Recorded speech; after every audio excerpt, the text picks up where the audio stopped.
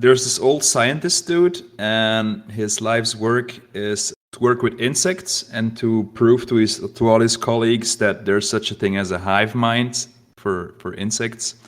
And they all say like that's not how insects work. At a certain point, he creates a new species of like ants, wasps, bees, something like that. It seems to move, like all of the insects move as one object, and he's really excited, and he wants to give the insects a name. So he's riffing like, should I call it this? Should I call it that?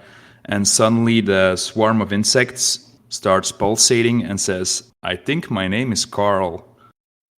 So I'll be playing a sentient swarm of insects that just came to life.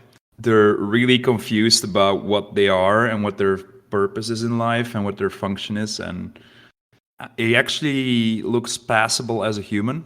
The skin tone is like brown reddish, so it doesn't entirely work.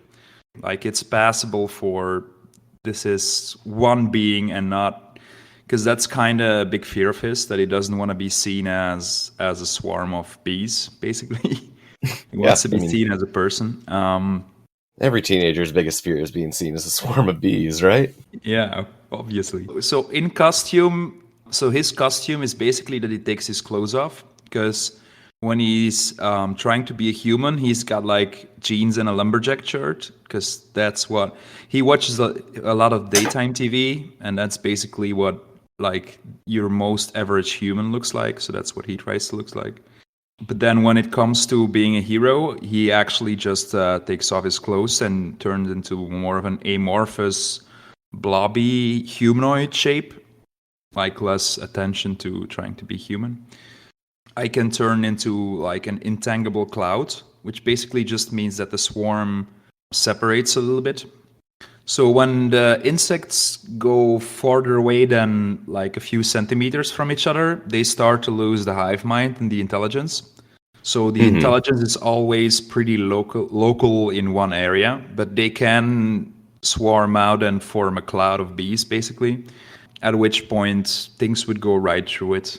Also, the death of one insect in the swarm doesn't really matter, so it's basically like an entangleable cloud. And then the second ability is that I can, because of the proximity thing, I can stretch myself pretty thin. So it's like I'm really flexible in shape. I choose to be a humanoid-ish shape, but I don't have to be. And I think we got to do who created you and why. Sorry, what was the scientist's name again? So the scientist's name is Bert, and he's like a really And is that your old... caretaker? Yeah, he's my caretaker. Like, we get along pretty well, actually. Cool. He's really old and, like, borderline senile. So he's really befuddled, and he doesn't quite know what to do with, like, an intelligence he created. Like, he's not very conscious of the whole thing. He created intelligence, but wasn't ready for a child? Yeah. Okay, so I think the questions you haven't answered on the backstory is, what about humanity fascinates you the most?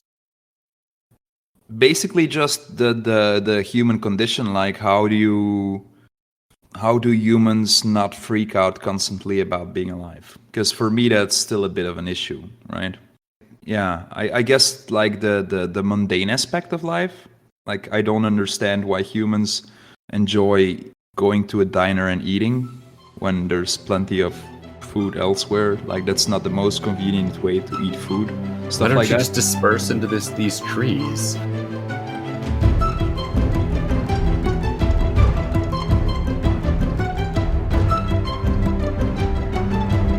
Moon Harbor Heroes is produced by Anthony Sheets and TP Huth, and edited by Anthony Sheets. Anthony can be found on Twitter at Icy New Year, or at icynewyear.com.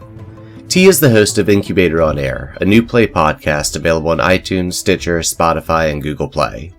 They can be found at T Huth Playwright on Twitter or thuth94 on Instagram. Faces is GM by me, Anthony Sheets. Carl is played by Simon Meskins. You can find him on Twitter as Jill Bareka. Our logo was designed by Beautiful Beasties.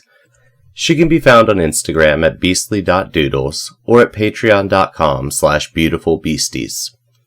The music in this issue is Black Vortex by Kevin MacLeod. A link to his website and the license will be in the show notes.